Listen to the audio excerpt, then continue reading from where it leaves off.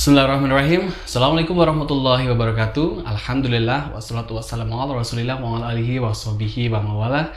Bapak Ibu jamaah Fast TV yang senantiasa dirahmati Allah Subhanahu wa taala. Alhamdulillah pada sore hari ini kita bisa berjumpa kembali melalui YouTube nih, channel Fast TV untuk bersama-sama ngaji di Ngaso, ngaji sore bersama Ustadz Asdi Nurholis LC MPD. Pada kesempatan edisi hari ini, insya Allah kita akan ngobrol, membahas tentang hal perkara yang sebagian orang ingin mengetahui esensinya, meskipun sudah melakukannya. Tentang apa? Tentang pernikahan.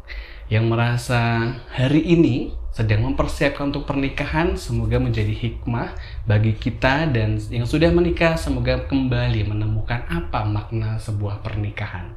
Pada sore hari ini, Ustadz Asdi Nurholis sudah bersama kita di studio.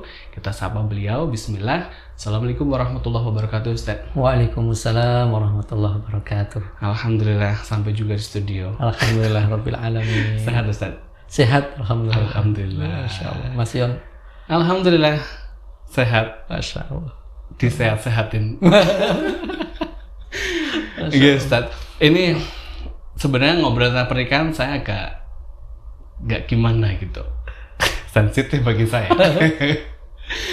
Tapi dengan obrolan pernikahan ini semoga kembali membuka wawasan saya terkait dengan sebenarnya nikah itu harusnya bagaimana, hikmahnya bagaimana, dan mungkin jamaah Fast TV juga berharap setelah mengikuti kajian ini bisa menemukan kembali makna dari pernikahan meskipun sudah 10 tahun, 15 tahun, 20 tahun seperti itu. Apalagi yang ya semoga saya ada jodoh lagi. Masya Allah. Menikah lagi seperti itu. Tapi dulu Ustaz, sebenarnya hukum dalam Islam menikah itu bagaimana? Baik, terima kasih Mas Yon dan jamaah Fast TV, Bapak Ibu, teman-teman, pemuda-pemudi Islam yang dirahmati Allah Subhanahu wa taala. Assalamualaikum warahmatullahi wabarakatuh. Waalaikumsalam warahmatullahi wabarakatuh. Alhamdulillah, wassalatu wassalamu ala rasulillah wa ala alihi wa ashabihi wa mawala amma ba'd. Kita bersyukur kepada Allah Subhanahu wa taala yang telah menciptakan manusia secara berpasang-pasangan ya.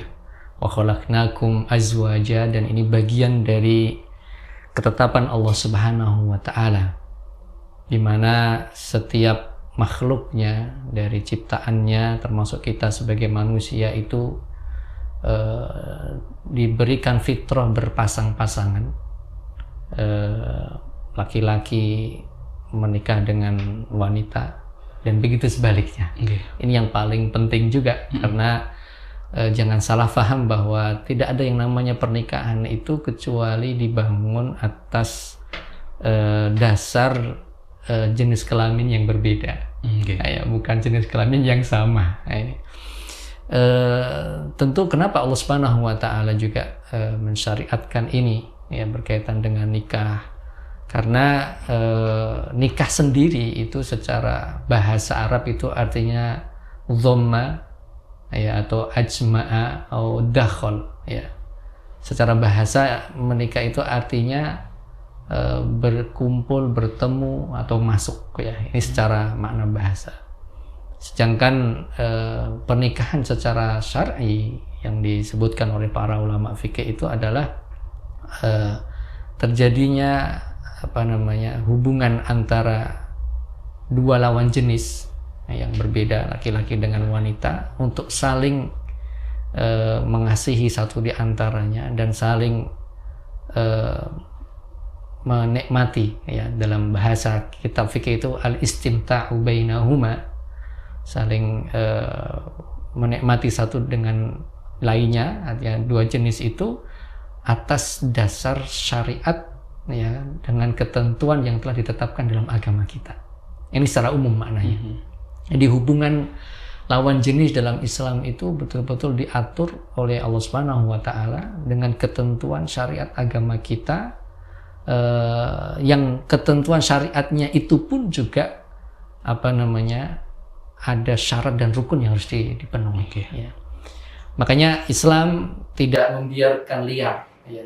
Kita sebagai hambanya, apalagi kita manusia, ini diberikan kelebihan oleh Allah Subhanahu wa taala dibanding dengan makhluk yang lain ya, dengan mohon maaf binatang, ya. Sehingga derajat dan kemuliaan kita ini diatur oleh Allah Subhanahu wa taala benar-benar dan sedemikian rupa sehingga kita menjadi hamba-hamba Allah Subhanahu wa taala yang melakukan apa yang harus dilakukan sesuai dengan ketentuan syariat, termasuk juga dalam hal hubungan lawan jenis ini. Sehingga kalau kita lihat definisi tadi kan nanti kita akan sampai juga kepada pembahasan di mana harus ada wali, di mana harus ada syarat nikah harus terpenuhi, bahkan tidak termasuk juga nanti dalam mencari calon pasangan itu. Nah, Bapak Ibu dan teman-teman semua jemaah Fast TV yang dimuliakan Allah Subhanahu wa taala, kaitannya dengan hukum, ya, kaitannya dengan dalil dalam agama kita itu sangat banyak, ya. Anjuran untuk orang menikah, anjuran untuk orang membangun rumah tangga ini dalilnya baik dari Al-Quran maupun hadis cukup banyak. Misal dalam ayat yang sering kita dengar, fankihu ma thaba lakum minan nisa'i mathna wa thulatha wa ruba'. Kata fankihu di sini kan nikahkanlah, ya. Nikahkanlah atau kalian menikahlah, ya. Fankihu ma thaba lakum minan nisa', dari wanita-wanita yang menurut kalian bagus, ya, cara ketentuan syariat agama kita itu. Artinya dalil fankihu ini ada anjuran bahkan perintah kan gitu, ya, dalam agama kita ini, di mana setiap orang yang beragama Islam itu tidak kemudian dia membujang, tidak membujang jika tidak kalau gadis bukan menggadis, ya. Apa ya? Istilahnya kalau laki-laki kan mau bujang, ya. Dan Nggak ada istilah perempuan kan nggak ada. Nggak ada, ya. Ada istilah dari orang jadi perawan tua nonton. Oh iya, perawan tua, ya. Astagfirullah. Ya, jadi membujang bagi laki-laki pun juga tidak baik dalam ketentuan syariat agama kita. Nyun saya maaf juga yang wanita juga begitu, ya. Tidak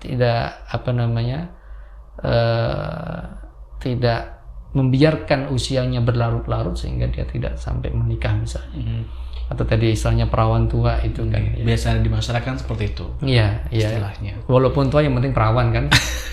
Perawan tua istilahnya begitu, ya.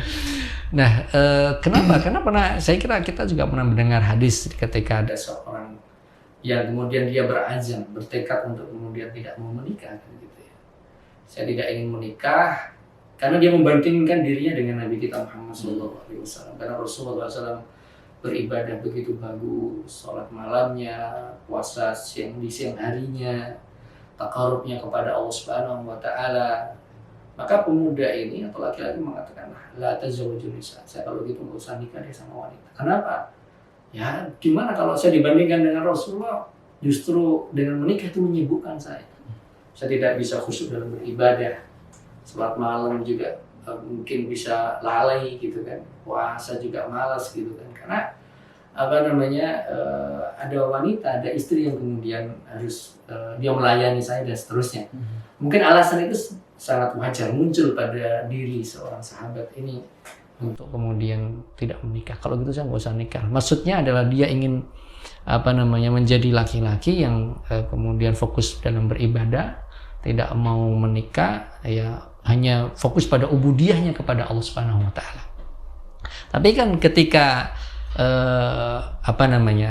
kabar pemuda atau sahabat ini sampai ke telinga Rasulullah SAW dipanggil kan gitu, ya. Apakah Anda yang mengatakan begini dan begitu? Apakah Anda yang mengatakan bahwa saya akan melakukan begini begitu dan dia mau menikah? Benar ya Rasulullah. Dan dia mengakui juga. Tapi kemudian Rasulullah mengatakan dalam hadis itu kan ana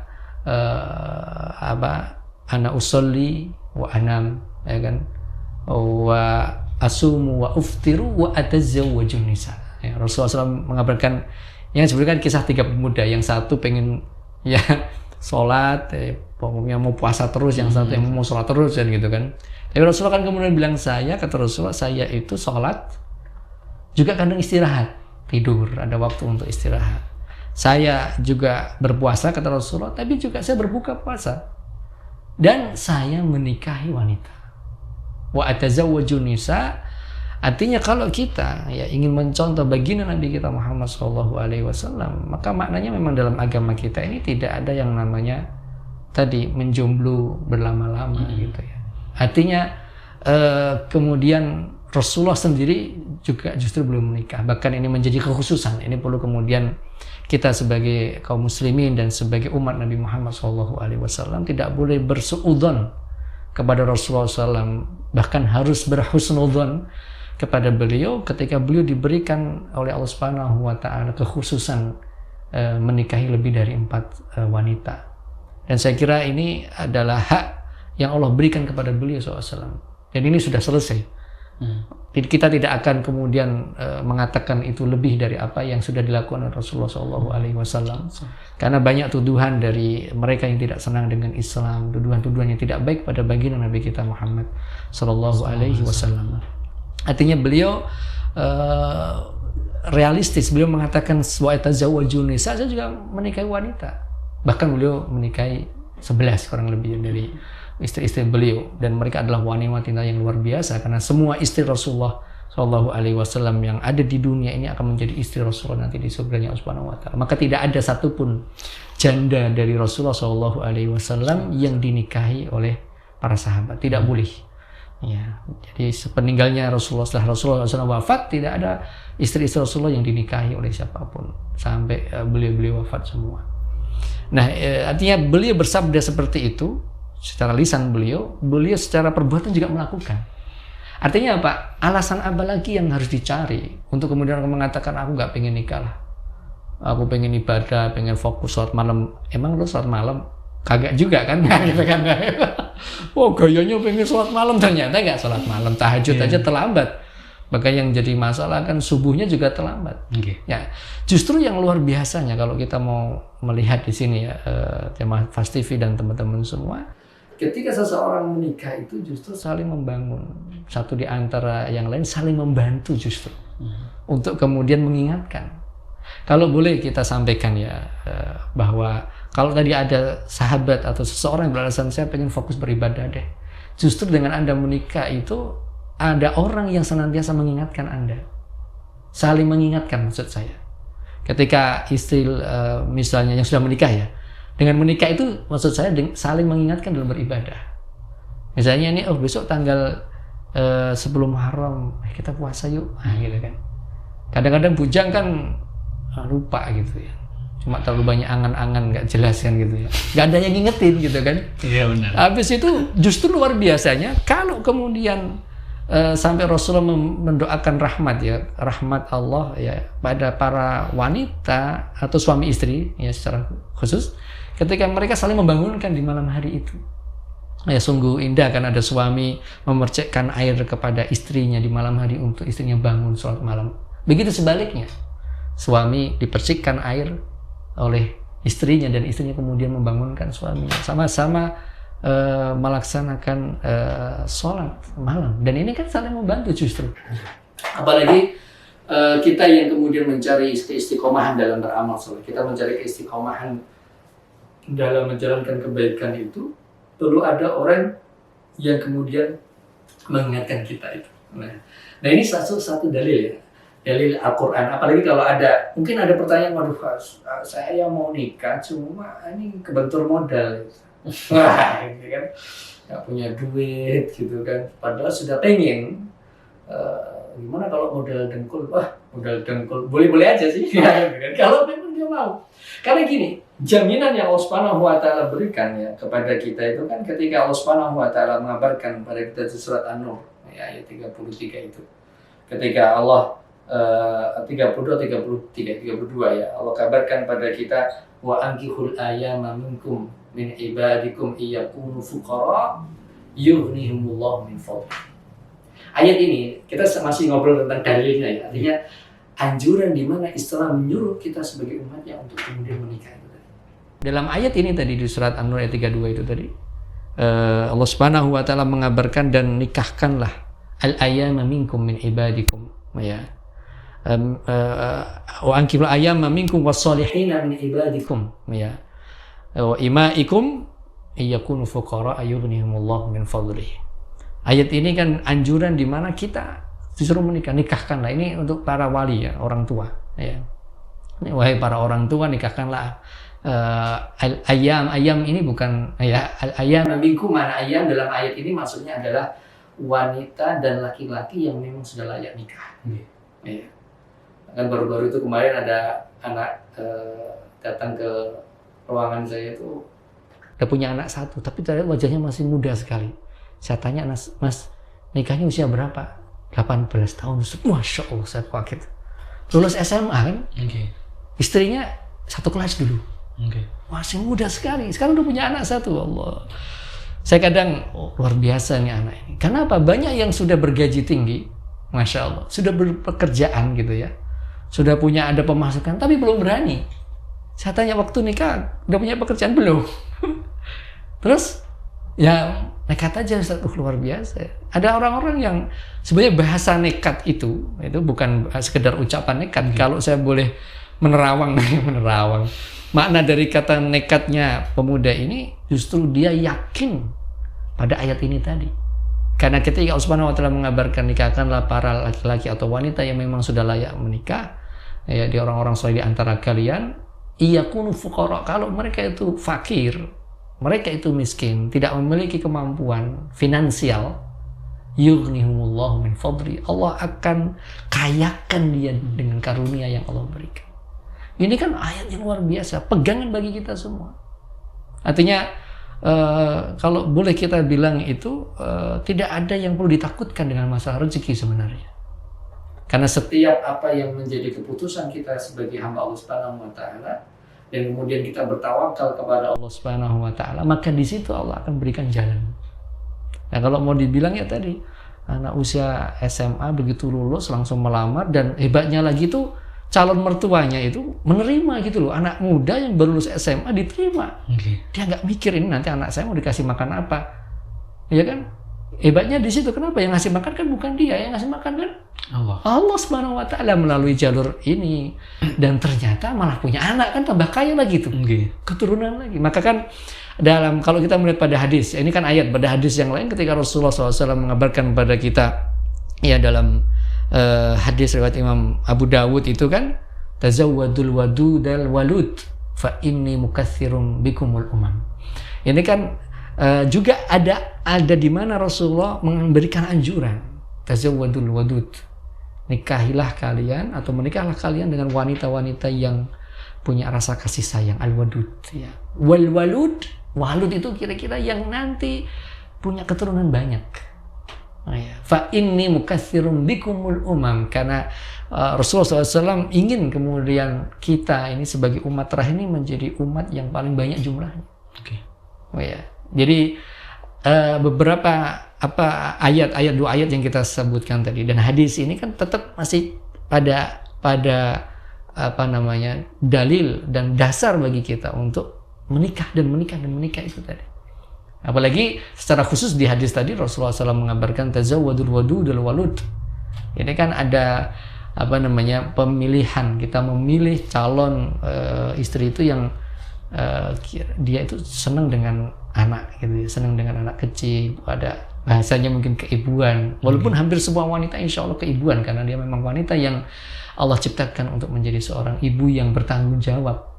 Kemudian ada al-walud tadi. Al-walud itu kira-kira dia mau punya anak banyak dan punya keturunan kan gitu ya. Nah, gimana cara lihatnya itu? Ya cara lihatnya paling gampang ya lihat dari jumlah saudaranya. Ya, dari jumlah saudaranya, kalau saudaranya banyak berarti ini subur kan gitu kan, kemungkinan insya Allah punya anak juga. Dan memang dalam kita menikah itu salah satu di antara tujuan yang ada itu kan memang kita ingin mendapatkan keturunan. Nah, ini yang paling penting juga kan, karena apapun orang, siapapun ya, kalau kemudian ditanya apa dan kenapa Anda menikah, di antara tujuannya adalah tadi dia ingin mendapatkan keturunan ya. Nah, jadi di sini jamaah Fast TV ya, teman-teman semua yang dirahmati Allah Subhanahu wa taala, ayat ini yang kita bacakan tadi ini juga berlaku bagi para wali atau orang tua, juga kita sebagai anak yang memang kita sudah layak. layak nikah itu gimana sih? Kira-kira Mas Yon, kalau yang dikatakan wah dia ini kan dari Allah Subhanahu wa taala menggambarkan wa ankihul ayyama minkum, disebutkan bahwa dia adalah wanita dan laki-laki yang memang sudah layak nikah. Itu layak nikahnya itu bagaimana? Secara pemikiran dia sudah memang siap, Ya, mental, psikisnya. Pertama itu ya, Oke. mental psikisnya dia siap. Terus secara keilmuan juga mungkin perlu. Wah, ilmuwan tuh paling gampang karena tinggal kita buka buku aja kan. Oke. Iya, buka buku, baca buku, kemudian dikaji, dipelajari gitu kan.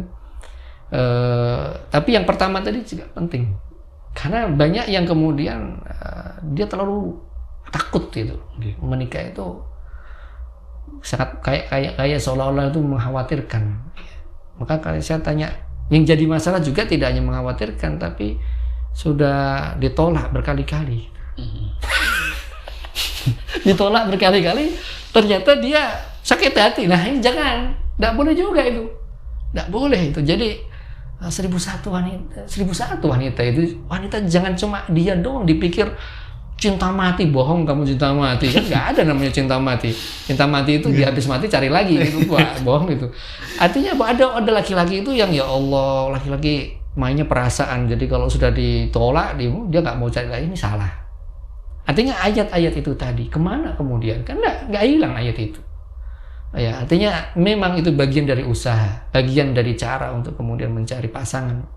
Kalau dia sudah tidak mau, kalau kemudian dia sudah menolak, ya cari yang lain. Okay. Dunia ini Masya Allah begitu luas, ya kan? Dan muslimah di muka bumi ini juga banyak, muslim di muka bumi ini juga banyak kan gitu.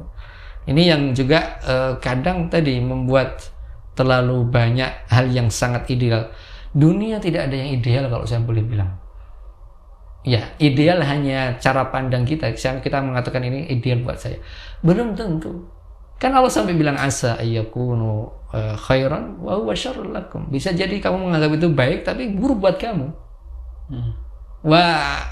Atau sebaliknya Anda menganggap ini sesuatu kita ini kurang bagus tapi ternyata Allah menjadikan itu bagus. Ya kan? Walaupun begini, kadang kita juga belajar misalnya gini.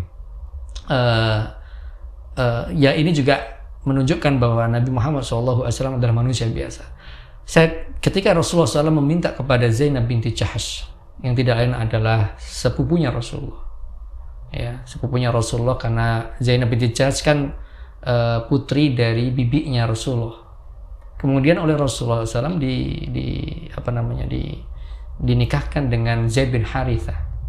Rasulullah ingin, tapi tujuannya bagus. Rasulullah ingin kemudian menghancurkan sekat antara darah biru dengan bukan darah biru, gitu kan? Karena Zainab binti Jahsh adalah keturunan Quraisy, sedangkan Zaid bin Harithah radhiyallahu taala anhuma itu beliau budak dulunya, ya bukan darah biru. Rasulullah ingin kemudian mempertemukan mereka dalam kisah ini ya, dan terjadilah kemudian mereka menikah. Tapi qadarullah, Allah mentakdirkan mereka pisah, cerai, ya kan gitu.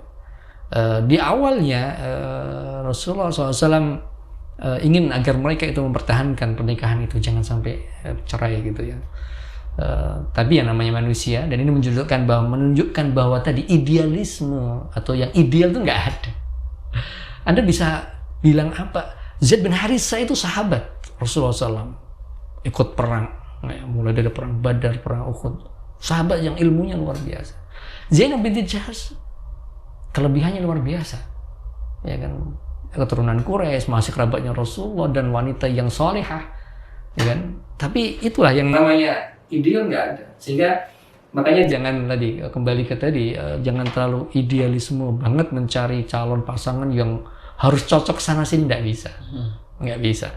Cocok sana sini itu tetap ada wanita, tetap aja wanita, dan kita sebagai lelaki juga ada kekurangan. Tapi kan kita saling menutupi, itu yang paling baik. Nah ini maka bekal yang kedua tadi yang berkaitan dengan masalah ilmu tadi, ini juga penting ya dalam orang menjalankan pernikahan. Nah kembali pada ayat tadi, ini kan menunjukkan jadi apapun kondisinya, dikala Anda dan kita semua mungkin menghadapi kekurangan, ada solusi berikutnya. Dan jangan kemudian membiarkan diri dalam kesendirian, kan gitu, menjomblokan diri ya.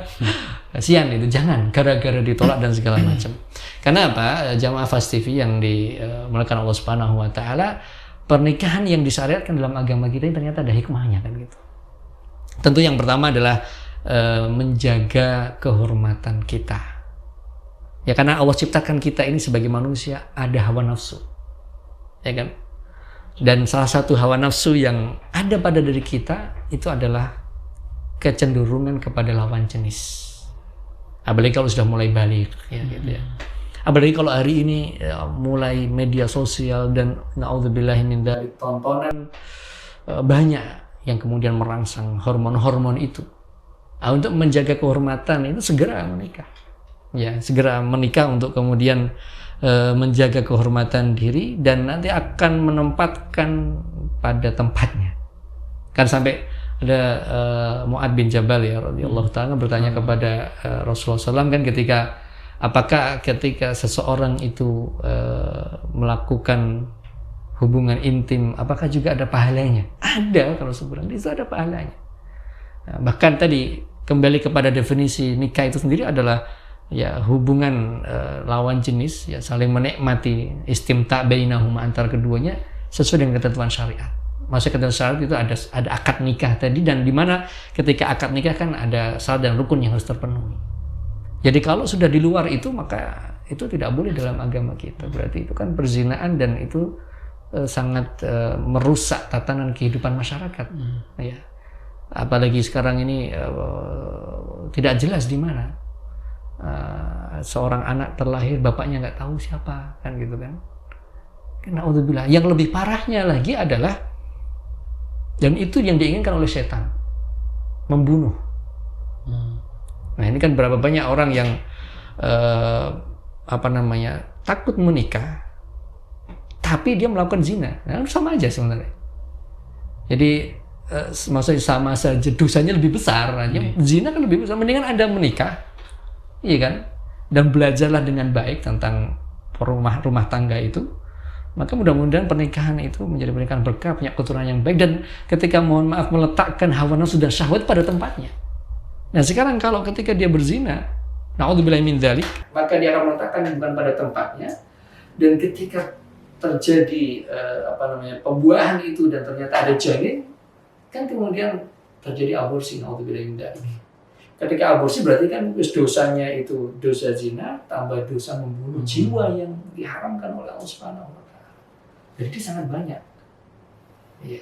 Jadi alasannya tadi nggak punya modal nikah gitu. Padahal Allah sudah janji di surat An-Nur ayat 32 tadi, siapapun yang menikah, seandainya kita semua adik terus sadar, siapapun, walaupun hari ini alhamdulillah Allah berikan kenikmatan kepada kita menyadari bahwa kita ini fakir, bahwa kita itu miskin di hadapan Allah Subhanahu wa taala. Tidak ada orang mengatakan saya ini kaya hanya ukuran kamu itu aja. Satu kejap seandainya Allah mengambil sangat mudah kekayaan itu. Artinya apa? Berarti kalau kita menyadari semua kita itu sebetulnya tidak memiliki kemampuan. Pada awalnya kita ini orang-orang miskin ya, fuqara. Nah, antum fuqara ila Allah, kita juga butuh pada Allah Subhanahu wa taala. Apalagi ayatnya tadi menyebutkan yakunu fuqara yughnihimullah. Allah akan kayakan. Kata-katanya kita serap dengan yakin gitu. Kita akan dikayakan oleh Allah dengan menikah. Nah, kan? Sehingga jangan sampai alasan finansial itu kemudian menghalangi padahal sudah menggebu-gebu keinginan dan syahwat itu. Naudzubillah min dzalik nanti bisa terjatuh pada apa yang diharamkan oleh Allah Subhanahu wa taala. Tentu hikmah yang lain yang disebutkan adalah untuk menjaga keturunan. Kita butuh keturunan. Umat ini harus ada yang generasi penerus. Ya, dan itu salah satu di antaranya adalah dengan cara menikah. Termasuk tadi ta'awun untuk menjalankan ketaatan antara suami istri dan menjaga ketenangan. Ya, karena kalau sudah orang sudah menikah itu ada yang perlu kemudian dia kembali kepada keluarganya, ada keluarganya yang kemudian harus didatangi dan kalau seorang istri ada perlu dicurhat, ada suaminya yang siap menerima. Insya Allah begitu Mas Yon berkaitan dengan anjuran menikah juga hikmah bagi kita semua insya Allah. Ya Ustaz, Masya Allah sekali jamaah Fast TV bahwa saya menikah itu kalau saya lebih kepada arah ketenangan.